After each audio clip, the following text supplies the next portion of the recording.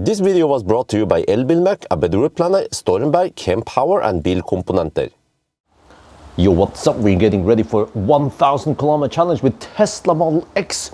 Is this Optimus Prime? Well, no, it's not, but the king has returned. This is Model X long range Palladium. It looks like a regular Model X, isn't it? Well, but the battery has been improved. And you know, I did 1000 kilometer challenge 5 years ago. That was a Model X long range Raven. And then it did it in 10 hours and 20 minutes. I believe now, well, actually I haven't done range test yet. It's been raining a lot, but I believe we should be faster than 10 hours. I'm not sure if we can go 9.5, which is the benchmark. That is Audi SQ6 e-tron. Oof. But it's going to be raining cats and dogs. So that is a minus today. We might have to deduct for some slowpoke, we'll see. But yeah, so you see, it looks more or less like the old Model X. You can't really see the difference. But one nice thing about Tesla is that as long as I'm plugged in, you see here, we're at 100%. I charged 100% a long time ago, and we're in camp mode right now. You can see it there. And the car actually maintains the battery level. So we are pulling 1.2 kilowatt from the plug. This is very nice. Most other cars, once you finish charging, it finishes charging and then it drains the battery.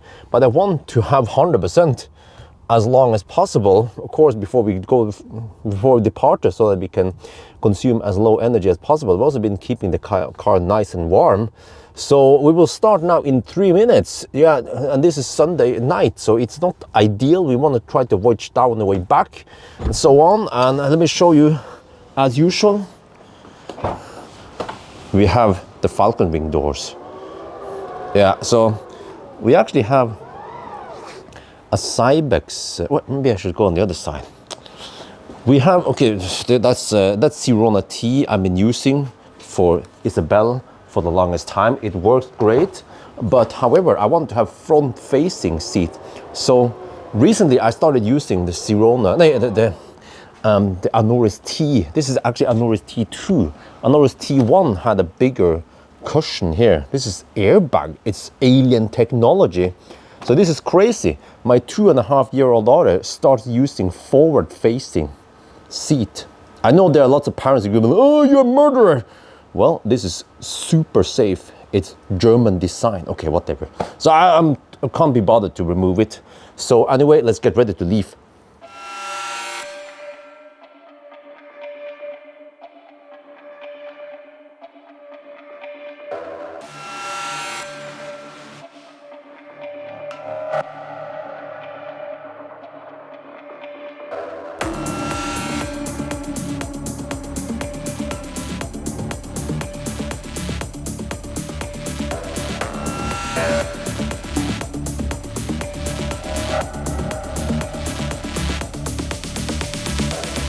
We are now at Svinesundsbroen, and yeah, normally it will take 1 hour and 19 minutes to get here, which means that the clock should be 22:49. It's 22:53, so we are at least 4 minutes slower than usual. I'm not sure if maybe it's 5 minutes, but another disadvantage, well, okay, we also have the disadvantage that it is soaking wet on the road today, but also on the way, yeah, so we count it as 5 minutes, 54 now. But another disadvantage is that on the way south now we have 8 to 9 meter per second headwind. You know, it blows this way. But on the way north again, we will have around 6 meter per second tailwind. So yeah, that is disadvantage. So not much we can do, right? So now we just have to try to survive the frigging storm over here.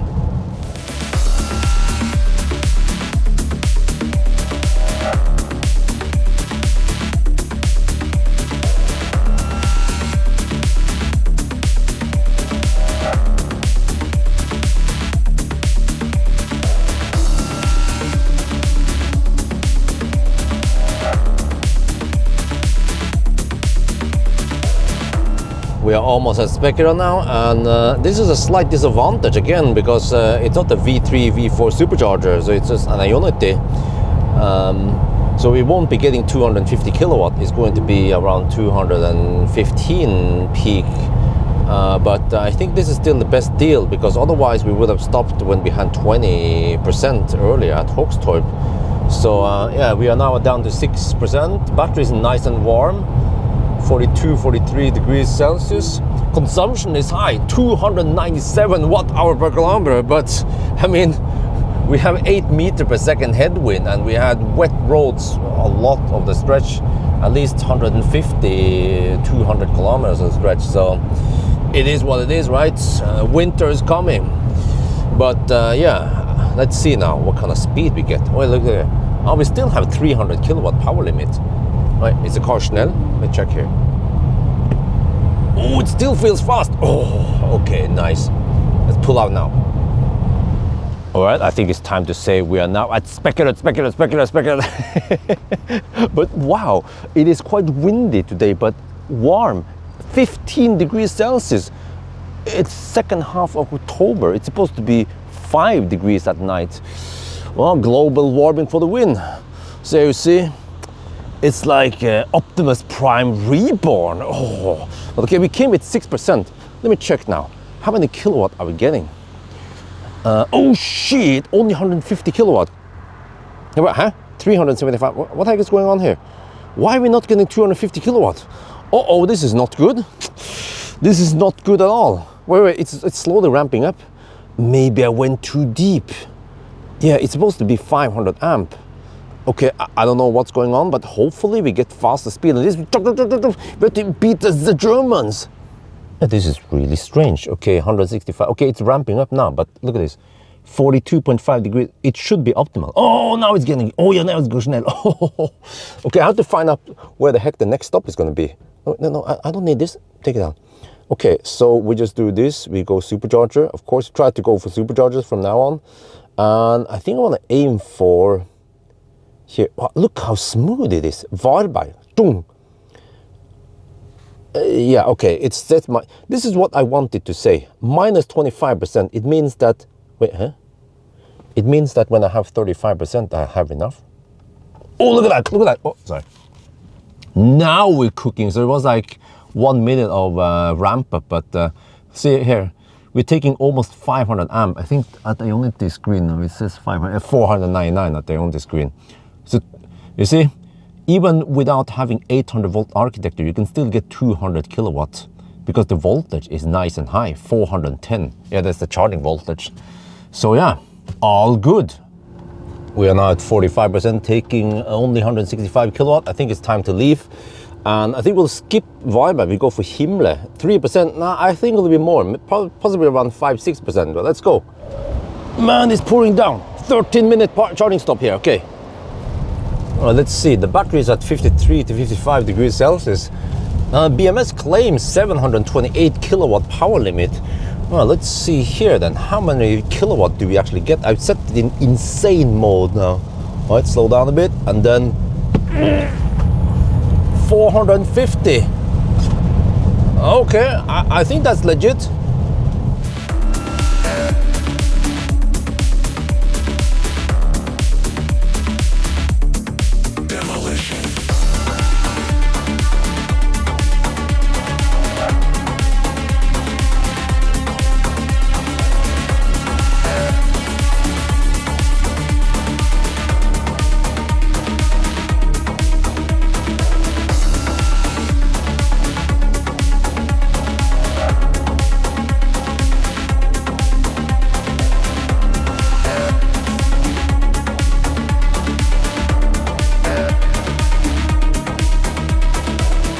We are now at supercharger Himle. I don't feel like going out because it's raining, but interesting. And this time we arrive at 8%, but you see, the same as last time, we have around 40 degrees Celsius, but it seems like every time we arrive, we have this slow ramp up. I thought it ramped up to 250 kilowatt immediately. This is a slight disadvantage because the average speed on a short charging session is not going to be that great then. But whatever, it's like 1 minute ramp up. So this time the consumption was 293 watt-hour per kilometer. Well, soon enough we can turn around. So the plan is now to go down here. What is this? Is it Baustelle? Seems like a little bit. Okay, we just deduct for that. We have only 5-minute deduction so far anyway. But we're gonna go to the turn-on point and then charge at Halmstad. So we have waypoints here. It's alien technology. It says that we will arrive at minus 20%, minus 19 now at that spot, and then minus 24 at Halmstad. So, you know, normally I would use a better route planner to estimate how many percent we will arrive with. But the Tesla route planner and the estimation here is so good that it's better than a better route planner. This is the best route planner. No joke. What the heck? This time it doesn't go that fast. See, we're already at 18%, we charge 10%. We're still taking only 183 kilowatt, 440 amp. What the heck is going on here? Usually if there's something wrong with the stall, we'll be getting 37 kilowatts. So the stall should be able to deliver. It seems like the car is just doing some weird stuff. It's trying to heat up the battery, but we had plenty. We navigated here. 41 degrees should be plenty. Oh, it went dark now. Wait, I'm gonna go check it out outside. Is it because there's a sensor here somewhere? The light here, it just turned off now suddenly. Okay. Anyway, there's nothing to do here at night. Everything is closed. So we just have to wait. But fortunately, not too long before we are done charging. Wait a minute, I just changed stall now. Oh, now we're getting 500 amp. Oh, shit. Okay, maybe there was something wrong with that stall after all, because I saw that the previous stall was giving flat 440 kilowatt, 440 amp. Now we're supposed to get the speed we are supposed to get, right? Okay, that's a rare case. We have to deduct a couple of minutes because of that slowness. But okay, let's proceed then. We are now on the concrete surface around Falkenberg, and well, it is a bit noisy, as you can hear it. Okay, well, we have also headwind, 8 meters per second headwind, but and also the wet road actually adds another half decibel noise. I measure it around Jessheim, but this surface is usually quite noisy. In the Model X, it's not that bad because now we have Nokian Hakkapeliitta R5 EV with the acoustic foam, so that helps. But I get the impression during this trip that it's not the quietest car out there. For example, the Q6 e-tron, which is a direct competitor, is a lot quieter, but especially the NIO EL8. EL8 is just top notch. So here, okay, may move over to the left lane. Then it is better. But yeah, it is better at least. Okay, they have Tesla has this ANC, you know, active noise cancelling, and it helps slightly. When I try to switch it on and off, I hear slight difference, but it's not night and day. Unlike my Sony headset, probably because of acoustics, that the headset can better isolate noise and concentrate the noise, whereas here it's just a little bit all over the place, right? But yeah, I feel like Tesla is not really that quiet, and you know, this is a car that costs a lot, almost 1 million NOK, so it should be on par with the more expensive, I mean, roughly the same expensive cars, right? Like the ones I mentioned, but they are quieter. So what else do you get then in a Tesla?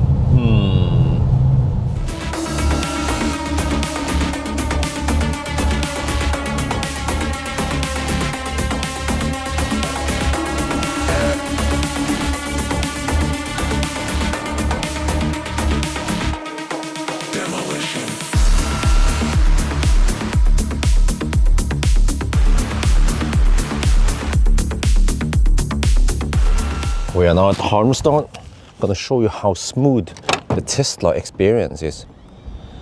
You just get out, you plug in, you get in the car, or you just do your thing. And then, well, I'm gonna turn off this because we want all the heat. Focus all the heat towards the battery. And now it's charging. You know, quick handshake and auto charging, or whatever it's called. And now we are charging at 140 kilowatt. Shit, what the heck, man? I was trying to brag about Tesla here. But the battery is nice and warm. Okay, so now let me see. I will always do this, okay. No, you can do this, you can do this, okay. And then you want to go to supercharger. The supercharger are marked as red over here on the map.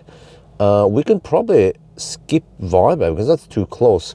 We're gonna go to Hogstorp, which is right over here. V3 supercharger. How far away is that?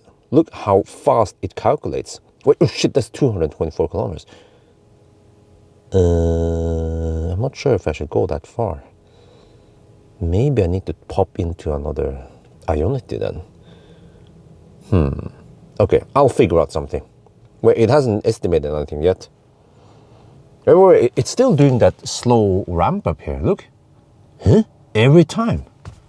What? But finally it has stopped raining. Oh, man. Oh, it's nice over here at top. Oh, look at this. Wow, huh? Oh, I recognize those. Yeah, I don't know if you see those, you know. That's supercharger stacks. Yeah, this even says Tesla there. So, or power modules. So Tesla, they're adding more stalls here. What the heck, man? Okay, well, it's great. This place is going to be a charging powerhouse then. Wait, we caught it. 250 kilowatt. Ah, seems like we need to have almost 50 degrees in the battery. Wait. If the inlet is lower now, what's going on? It wants to dump heat outside, then we fire up HVAC.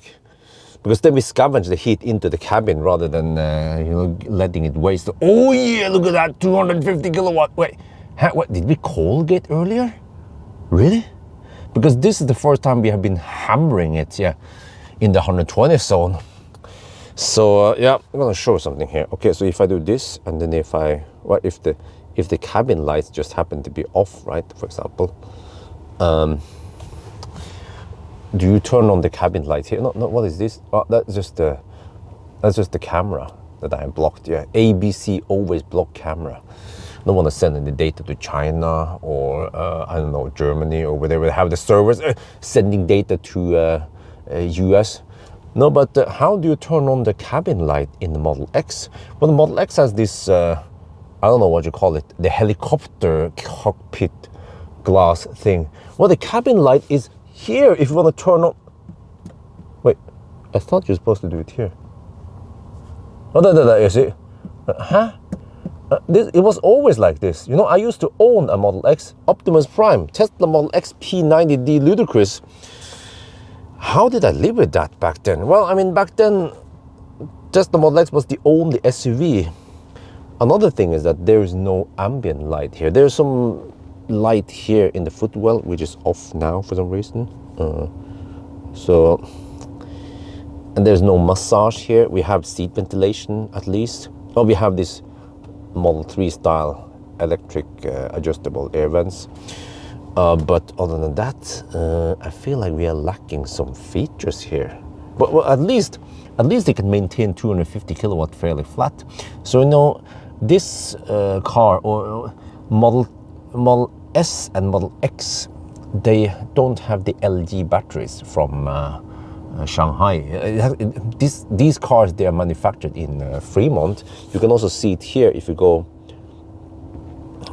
to software and you see that it says 7SA. Wait, now I'm not sure.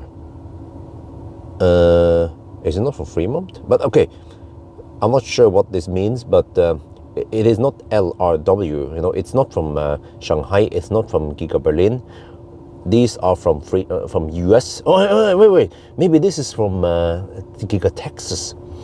But they have the Panasonic batteries, not the LG batteries. And the Panasonic batteries, they kick ass for the Lord, because even at 23%, we're still taking 250 kilowatt flat. Is game over. Okay, this time we have higher state of charge, still 55-ish degrees Celsius. Let's see how many kilowatt here can we get now. Oh, 450 kilowatt. Oh, shit. Man, I don't know. what the heck Tesla is doing, but the auto wipers are not good. You know, I complain about this. Actually, I'm not the only one. Lots of people complain about the bad auto wipers in Tesla. And it's still not great. Supposedly they removed the sensor many years ago, and they're only basing it on vision. The whole idea with Tesla is everything is based on vision eventually. No radar, nothing, you know, no ultrasonic sensors. Everything is going to be vision. Well, okay, that'd be great if they can implement vision only, but I couldn't catch it in time. But previously now, before I shot the video, the car decided to not wipe that frequently. Now I get reduced autopilot speed because the car, or at least cruise control speed, because the car has reduced vision. Well, dude, no, now I can't use cruise control. What? I mean, dude, what the heck, man? Okay, let me just help you. Here, now you go on the maximum wiping speed. I just had to manually set it. Suddenly I can use cruise control again, right? Autopilot. Why couldn't the car decide to go at the maximum wiping speed? Okay, let me see. If I try now to set it back to auto. Okay, now the wiper's on auto. What's gonna happen then? It goes at lower speed. Why? Wipe at the maximum speed. Chop, chop, chop. It's raining quite hard. Man. I mean, Tesla, they have alien technology. They have Octava. They have really efficient cars. But some things like lack of stocks and auto wiping and what else is it? Yeah, I don't know why they cannot get these basic functions right. Shit, man.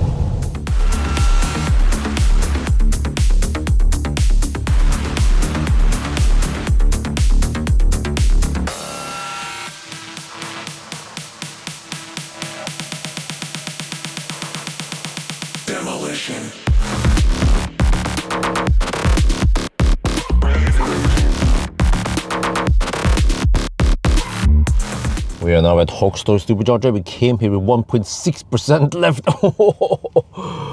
Oh man, that was close. But this is why I have a margin. And I don't blindly trust a better route planner or not even this car's navigation. I trust the Ninja myself. Oh yeah. So let me see. But yeah, so if you look here, I calculated that this car overreports distance by 1.3%. We have to count to 1,013 kilometers. So we are getting close to the end now. And the next stop, well, I'm actually not sure where the next stop is. We just do this, and that means that, well, let me check again here. Oh, okay, so if we need to drive around 250 more kilometers, I've been splitting it two then. Yeah, split it two in 125 more kilometers, roughly, right? What about at Inspiria? How far away is that? 100. Yeah, perfect. Inspiria, and then back to Home. Wait a minute, it's doing the exact same thing as at Himle a couple of stops before, where we receive 445 amp. Yeah, 180 something kilowatt. This is strange. So it means that the deduction I had earlier should not be deducted, except for that, okay, I spent 1 minute moving over and plugging in again, but would it help to move now and plug into another stall? Nah, I think you just want to let the car do whatever it needs to do. Wait, what? We are almost at 30% there. Still only 188 kilowatt. Huh? The charging curve in the Tesla here is just so unpredictable. It is random. Sometimes you get 250 kilowatts, sometimes you get 188 kilowatts. And I have navigated to supercharger. I always navigate to supercharger so the car will preheat. But it went deep. Maybe it's cold gating. But I mean, we are almost at 52 degrees. Yeah, there. So let me just try something here. How much time do we lose if we re-plug in?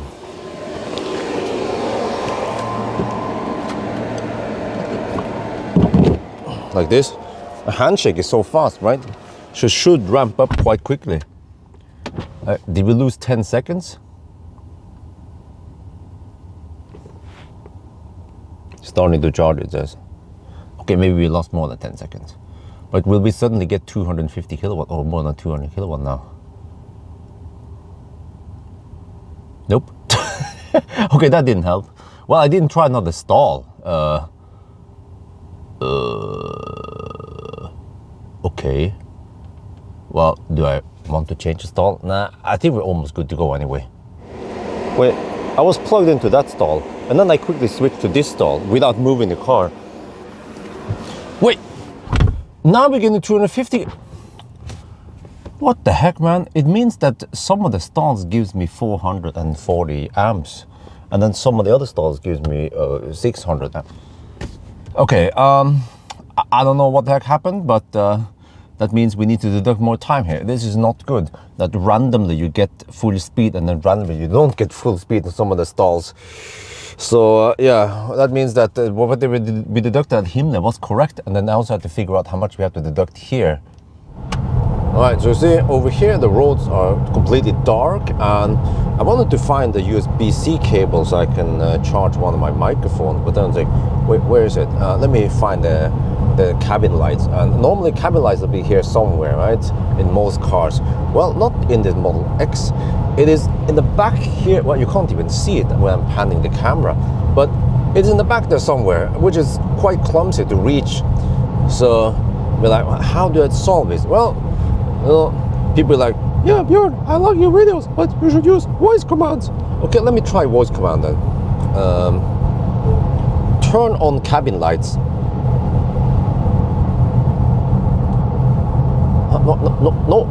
No. Cabin lights on. What the heck, man? Okay, I know. It's called dome lights on.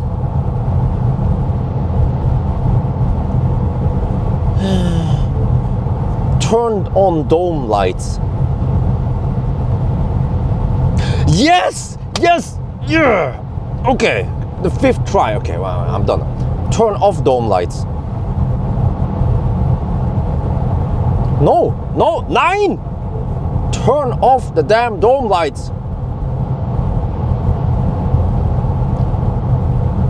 Holy shit. Dome lights off. What? 9! Hey Google, order 60 button for Tesla Model X. Yes, confirm. Alright, dankeschön.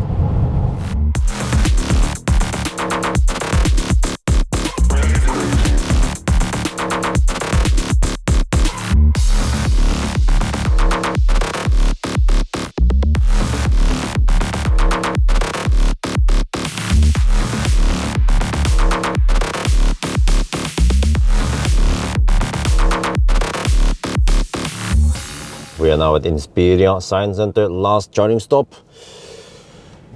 Just like last time, just like every time, we get 150-ish kilowatt, even at 42 degrees Celsius. So, oh, no, oh, look at this. Oh, yeah. Wait, come on. Go. Oh, yeah. Wait, huh? Seems like this Tesla is doing the Chinese car thing, where it doesn't like going deep, maybe. Maybe I need to arrive with more than 10% every time. Look at that. Oh yeah. Okay, so now we just have to go the final run to Yes Home. But I also have to figure out how much time we'll lose on the traffic here, because normally I would do this on a weekend, but it was quite shitty weather. So we could, no, the problem was that we couldn't get babysitter. Yeah, that was the problem. So that's why I have to do it now. So, but that's fine. I have checked when we crossed the border, and I know that from the border to Yes Home, it's supposed to take 1 hour and around 17 minutes. Or if I go all the way home, that would be 1 hour and 19 minutes. So we just correct for the traffic here. It's no big deal. Because why do I do correction? Because traffic is very variable. So it's unfair that if you get lucky, you pass through traffic, or if you get unlucky, then you get bad traffic delay. Oh, look at it. Oh, 250 kilowatt. Okay, I still haven't figured out how to crack the code. Yeah, but maybe if I had a sexy button, I could manually preheat, because I suspect that the car is not preheating optimally, even though it should know what it's doing, right? Yeah, but we actually don't need that much charging time here before we are good to go. So, where was the last? Huh? We spent only 248 watt-hour per kilometer on wet roads when hammering it. Yeah, now we have tailwind, so the car actually becomes efficient again. So, man, the only concern is that, you see, it's almost 6 in the morning, Monday morning, and the traffic is increasing. Oh, the wind is also quite strong over here. So it's going to be worse and worse closer to Oslo we get. Just look now. Oh, I just hope I don't get stuck in Stau into Oslo. But I have to hurry. I have to charge here maybe just 5 more minutes, and then I should be good to go. So as long as the car hits 250 kilowatt, then it charges like a beast. Welcome to the land of the left lane huggers. Yeah, the country where lane discipline is poor. Well, okay, so when it comes to the 1,000 kilometer challenge countdown, the car doesn't show you decimal in the trip meter. And also, as long as the number is big in ScanMyTesla, it also doesn't show decimal like here. But we know that we're going to count to 1013. So once this hit 913, then we reset. And then you will see that then when the number is less than 100, then we see decimals. Let me see, just wait for it.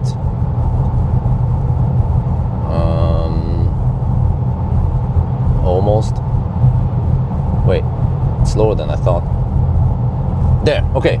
So now I go over, that's the total trip. So when I go over to this tab, I can then, wait for it to reset, and then I reset trip. And now everything is zeroed out. And now the distance here, once this hits 100, then that is 1,000. So it's kind of clumsy. Back in the days when Tesla were great, it will show decimal. Most other cars shows decimal in the trip meter. Even the Leaf shows decimal. I don't know why Elon Musk decided to remove decimal in the trip meter. Same also, it showed decimal in kilowatt hour consumed, I believe. Now it only shows integer, so yeah, well, whatever. When it comes to slow pokes in the left lane, whatever, we just deduct for it. But I just hope I don't get stuck in Stau, because then I will lose, I don't know, 15 minutes to half an hour. But usually left lane huggers will only cause maybe 5-10 minutes delay. Alright, that is it.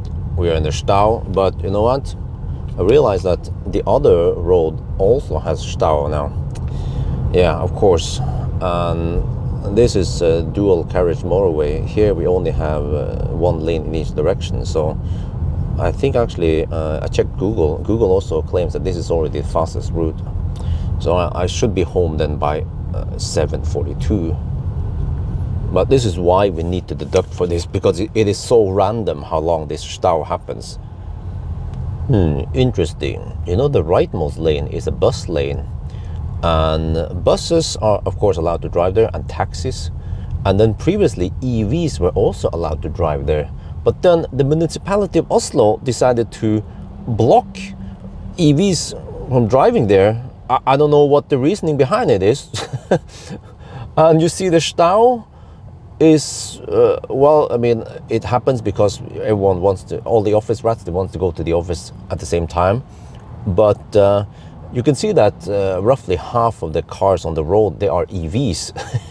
So it would be better if the traffic was better distributed over to that lane, because to be honest, there are not that many buses there.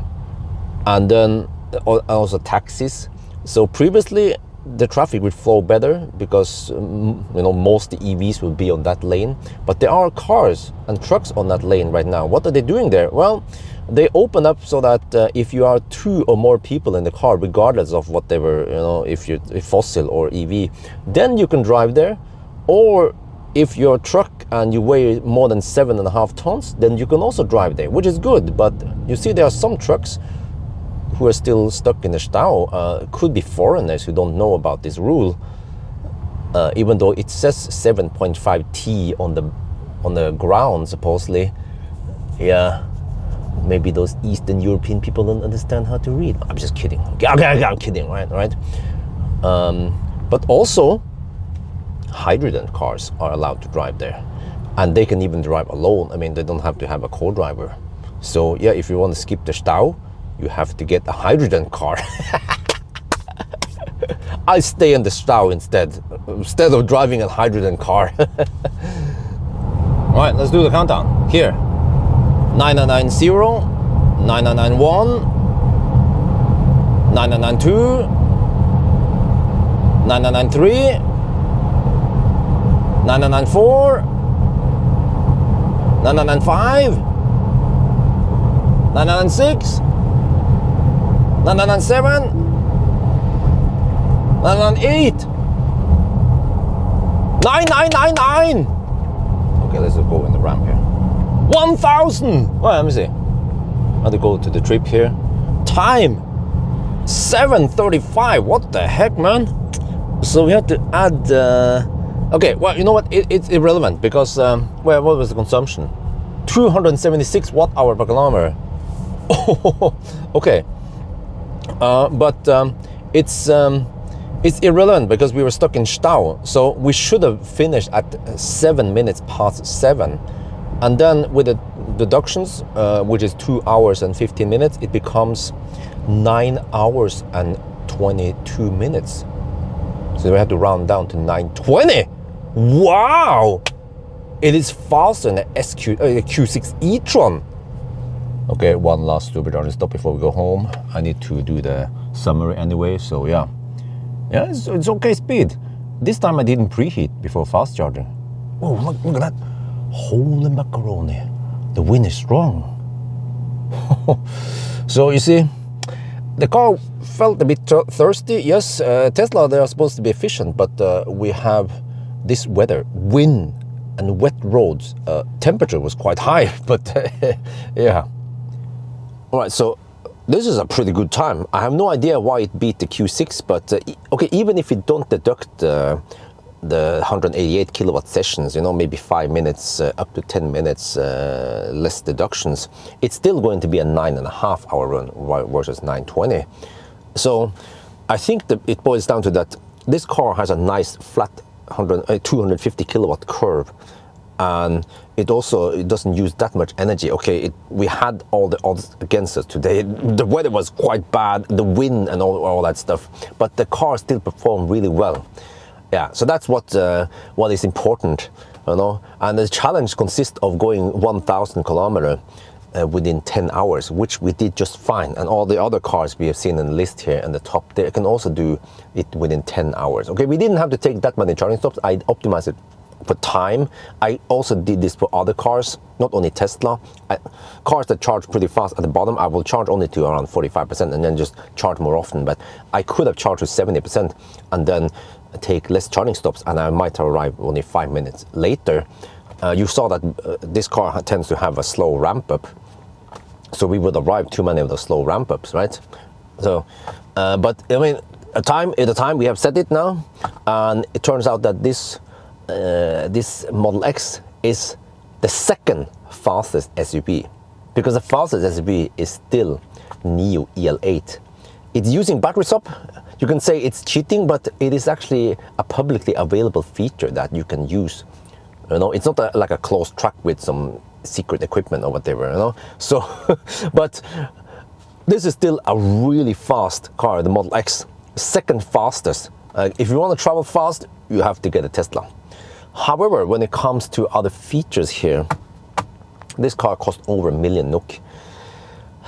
You know, it was great when I had the Model X Optimus Prime in 2016, and this new Model X, I feel like it is quieter, it's more refined, it's more comfortable, but when it comes to space, they haven't done anything there. When it comes to all the features, they haven't really improved there. There is no massage here, you know. The third row, you have to unfold it manually. Toe hitch, you have to do it manually. You don't have a 360 camera, you don't have header display. I'm just saying, Neo EL8, even if you buy the battery, costs less than this Model X. The EL8 is far, well, I'm not sure if faster, but it's pretty fast. It's quieter, it has lots of features, way better interior, pretty good software also. Even the Audi SQ6 that I tried, okay, it's also quite fast. You can even get the Q6 if you don't want the speed and it's cheaper. But also the Audi, I feel like it's better equipped. And also, I listened to the stereo here. The tweet on that side was actually blown. I don't know why. Maybe someone cranked it up to 11. But like the Bang & Olufsen stereo in the Audi sounded marvelous, man. Here, I was like, it's good, but not as good as the Bang & Olufsen. So I feel like Tesla, when it comes to Model X, they had their glorious days in 2016, 17, maybe 18. They were just dominating the SUV. But today, I feel like, yeah, if you want something Schnell, you go get Plaid. Yeah, pay extra, get the Plaid. But this, I don't know really if this is the best SUV in the market anymore. Yeah, but it is Schnell, and that's what this test is all about. Anyway, I think that's going to be it for now. I hope you guys enjoyed this video. As always, thank you for watching and talk to you later.